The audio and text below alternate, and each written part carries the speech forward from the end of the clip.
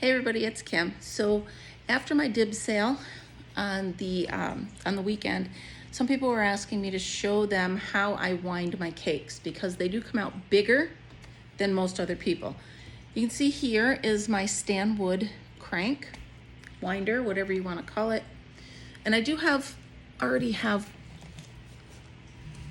sorry, let me move this over here like this. There we go. I do already have one started. But I wanted to show you my little trick here. I have a pen through the middle of this one because I started rolling it and it was from the outside instead of the center pull. I highly recommend you do all of them from the center pull, every skein that you can. It's just a lot easier than dealing with this. Okay, so I've got this one on here. Now the first thing you want to do is make sure as you're rolling it, you keep pushing it down. That I found is key to getting as much as you can from there. Now what am I doing? Okay, so all of this sugar and cream that you see here on the table, which, can you see it? All of this. I just got at Goodwill for $3 total. Did you hear me? $3. Okay. So that's pretty cool. All right, so I'm gonna start this one. And I also try to keep the outside sleeves, jackets, whatever you call them, and I tuck them inside or wrap them around when I'm finished. So I know what I've got, right? So don't go too fast and keep the tension. Like you can see my hand here. I hold it in my hand, much like I do with my Addy. I make sure it goes through my fingers before it goes through any of the guides on the machine. Now remember, this is gonna get a little warm here on your fingers. So don't go too fast or you will get a rope burn. I know that sounds funny, but those of you that know me know that if there's a way to burn yourself, I'll figure it out. So this is pretty much how it goes. Sometimes I go a little faster depending. And sometimes I set the skein down and just, like I said, I always run the yarn. That way you can feel if there's a knot. You can feel if, anything, and keep the tension quite regular. All right, so here we go. We're coming to the end. And sometimes it knots up. There we go. If this happens, a lot of times if you just pull the other end, it'll separate itself out. It'll figure itself out. So don't create more barf than you need, right? Let gravity help and let the yarn think itself out. So there you go. Okay. And this is just the end of this first one. Like I said, I was already in the middle of it when I remembered you guys wanted a tutorial. Okay, so I just hold the bottom and pinch the top so I know where the start is, and I pull it off. And there you go. That's my sugar and cream. So now, this is, what color is this? Summer Prince. Let's see, is this the same one? No, that's the hot pink. Okay, so I only have one of these. So what I'm going to do is, you see how it doesn't necessarily fit all the way around, right? So I'm gonna roll this up.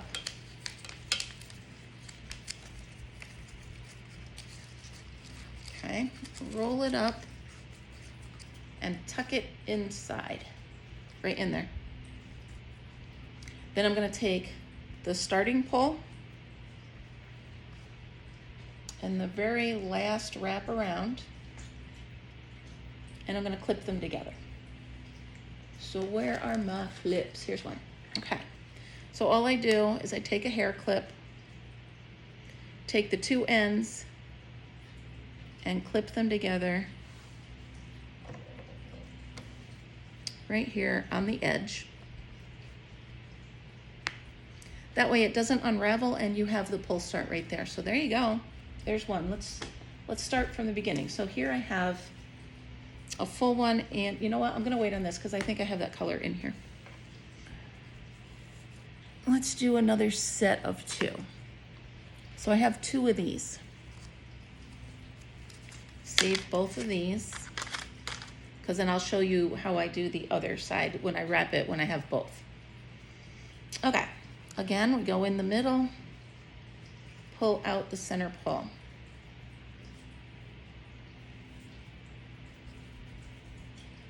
Now, for those of you that don't know how to wind this thing, you always start with the part in there, and there's a little slot right here.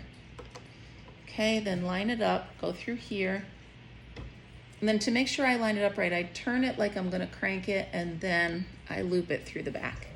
Now, about 9 times, and you see how it tends to slide up. I slide it down. Do 10 more.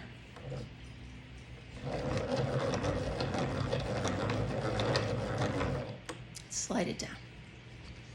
That way you're using the full core,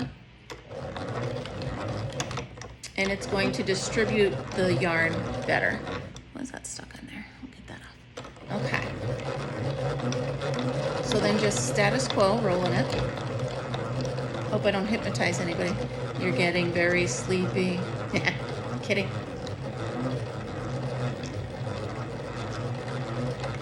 Now, if you like, I also sometimes put a bread tie on the pull. It just depends on what you have with you, what you have at the ready, you know?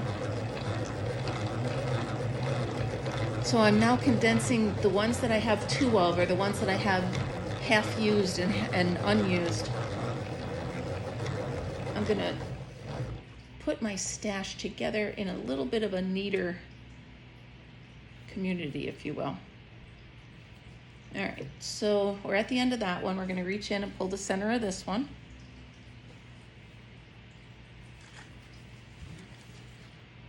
There it is. And I just do a simple tie, okay? I just loop it around like that. I know a lot of people put a lot of work into the tie, but this way, you still know where it meets up, but you're not killing yourself with trying to figure out a knot. And then you just keep going. Again, if you get a knot like this, let the yarn pull itself out. Sometimes just gravity will do it. And again, keep your tension steady. I find the steady tension helps you make a bigger ball of yarn.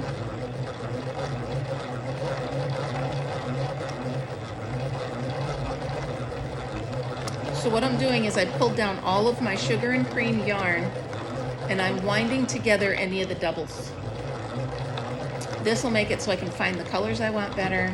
I'm taking up less space, technically, and it's just going to be all around better process.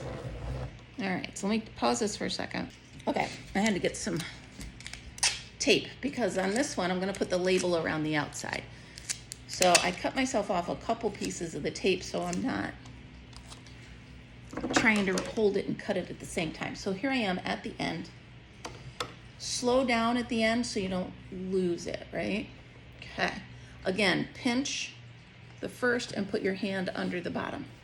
And that way you get a nice even pull. So this one, I have enough of the, let's call it a belt, or whatever I decide to call it. So I have enough of the sleeve or the belt or whatever you want to call it. So I'm going to tape it together and wrap it around the whole outside. So instead of the 2 ends being clipped together, I actually tuck the end underneath the sleeve that I'm wrapping on it. There we go. And there we go. Beautiful. And then I'll show you what I mean.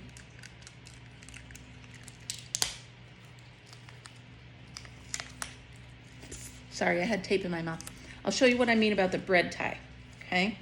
You can even take a clip of paper, a snippet of paper, another piece of yarn. Here's a little piece of cardboard. So let's use this, right? Came off a box. It's got a cat on it. Whatever. So I'm going to cut this. I'm going to cut a slit in it, and I'm going to put the thread right there. And that's going to be the indication of where the pull tab is. Ta-da, so they know right where to start it, and there it is. Okay, so that's one. Let's do a couple more. I've got, well, here's one that I wrapped before, and then one that I bought new. So the outside of this, wait, are they the same color? They're the same color, different dye lot, I'm sure. So I'm gonna have to do the outside of this one. So I want to find the end, which is here. This one I'm guessing is a bunch of scrap, okay? So since I know this is gonna be scrap, I'm gonna start with this one in the center. So again, I'm starting with it right here,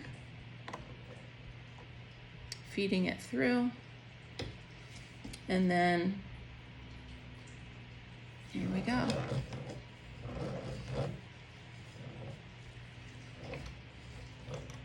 Slide it down. Now you can either try to twist it, you can put it on a pen, you can turn it, however it's easier for you. Sometimes it's just easier for me to pull off some and let it, here, just pull it off, wind it, unwind it, let gravity take its place.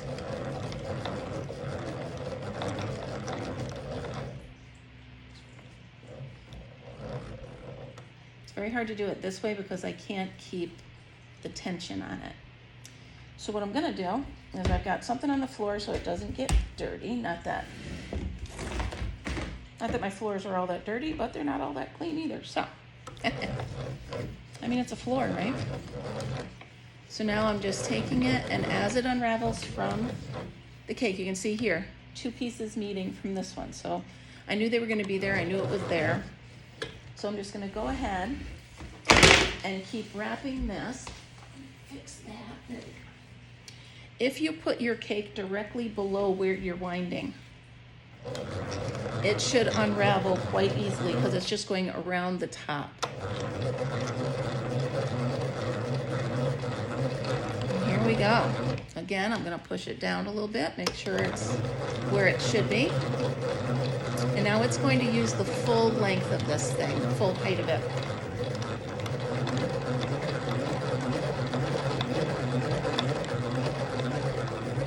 You can go faster as long as you remember hold the tension. And as long as you remember it's probably going to get warm on your fingers. Okay, I can see from the cake down there that we're getting close. And you can see right here, what did I do with those scissors? Right there. So I'm gonna go ahead, snip it off on either side of the tie. And I'm gonna get out the new one. Yeah, it's definitely the same color. And again, I want to pull from the center. It's just so much easier. Okay. Here we go. Tie it on my simple way. The only thing I could recommend to Stanwood to make this easier is to get a yard counter. Somewhere on here maybe as it goes through you can see how many yards get wrapped around, how many yards go through the hole. So if anybody from Stanwood is out there listening, that would be an incredible way to make this a much better machine, tool, however you want to put it. And again, I got my hand right here. I'm pinching it between my hands. And I can feel everything. So if you feel a knot go through, stop, unwind it a little bit, pull the knot out, because you don't want a cake with knots in it. Okay? It's a nice looking cake, isn't it? Again, once it gets this low, it starts to get floppy. I let gravity take it from there. And then it feeds very nicely. And here we go to the end. Okay, again, I'm gonna pinch this top and hold it and slide this off the bottom. And here we have a nice, beautiful cake. So what I'm going to do, turn this way a little bit. Hello. This one is not big enough to go around, so I'm going to clip these two together.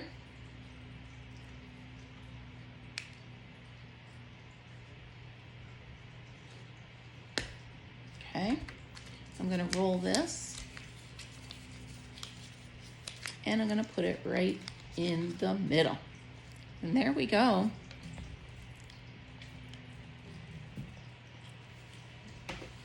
Two cakes. Pretty, right? And I'm just gonna keep going like that. So let me see, I have 2 more. We'll do a couple more. I mean, if you really wanna see how it's done, this is how it's done. So this one I have 2 of the sleeves. Take them both off. Think ahead and cut myself a piece of tape. Cut a few pieces and stick them on the table so I have them, right? There's 1. There's 2. Okay. Put over there. So we're gonna go ahead and find the center. That's not the center. We knew that was too easy, right? Here's the center. In through the little slit on the top. Don't make this too long or you might lose the end and end up pulling it the wrong way. But you can't make it too short either or else it'll pull right off. It's a delicate balance. Okay. Started it. Slide it down and start it again. I normally do only slide it down once unless I see it sliding up and I want to catch it before it does any damage. So I felt a knot. Did you see that? I felt a knot so I can back it up. Pull out the knot. It's just a little one. Sometimes it just gets itself too tangled. There we go. Pull it out and carry on. And that's another plus to having your hand right here. You don't have to squeeze it. You don't have to pinch it. You just let it run through your fingers so you can feel if there's a mess. A knot, a twist, a tangle, if you will.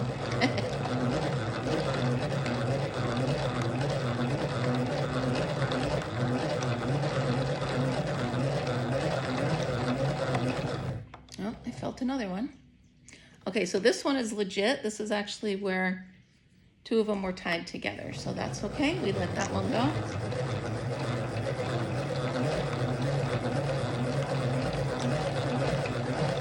And again, once it gets down to this low, you're going to see it starts to tangle on itself. So let gravity help you out. I slush it to the floor and gravity helps me straighten everything out, ready for the next. What are these, cakes? Are these cakes of yarn? Are these balls of yarn? I don't know what they are. Ready for the next one. All right, here we go.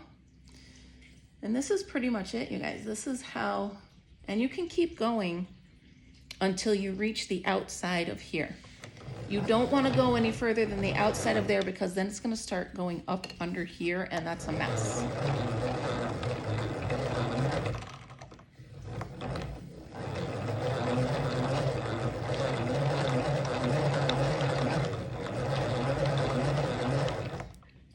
See, tangled up mess right here.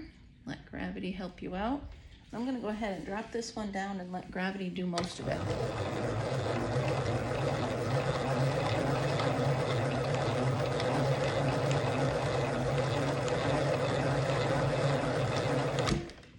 Look at that. Ta-da. Come out of there. There we go.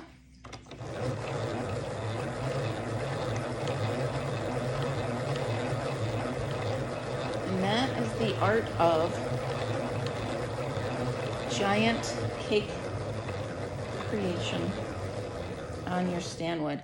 Push it down, okay? If you just leave it to the top, it will not use the full length of it.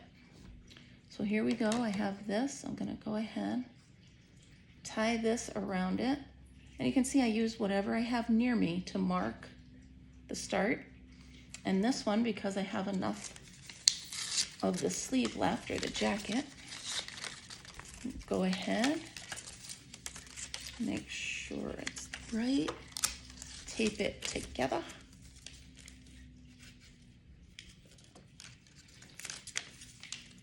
Now make sure the very end is underneath.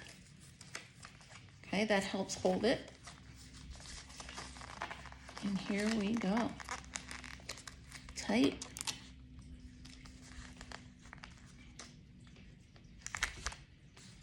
Ta-da. Okay. Now, if you're a little crazy like I am, you realize that the pull tab's up here, so you have to turn the label around because it must match. There we go. All right. So there's the different cakes I have so far. And I'm just gonna keep going with these. That's how I do it. So the more yarn you have, like I said, the bigger the ball you can make, but make sure when you're winding, keep an eye here. You don't wanna go over this rim because then it starts going under and you don't want that. So there's my tips and tricks for a fortunate cake. All right, you guys, thanks for hanging out. I hope it helps.